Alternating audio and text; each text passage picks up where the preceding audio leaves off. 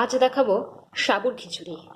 অনেকেই উপোসের দিনে এই রেসিপিটা করে থাকেন। খুব সহজে সাবুর খিচুড়ি কী করে হবে তার জন্য আমি আগে মুগ ডালটা একটু সেদ্ধ করে নিয়েছি। দেখুন, মুগ ডালটা আধা কাঁচা সেদ্ধ হয়েছে, পুরো গলে যায়নি কিন্তু। আর তার মধ্যে আমি চেয়েছিলাম বলেই দিয়েছি একটু গাজর, একটা আলু আর একটুখানি কচু। আপনি চাইলে নাও দিতে পারেন।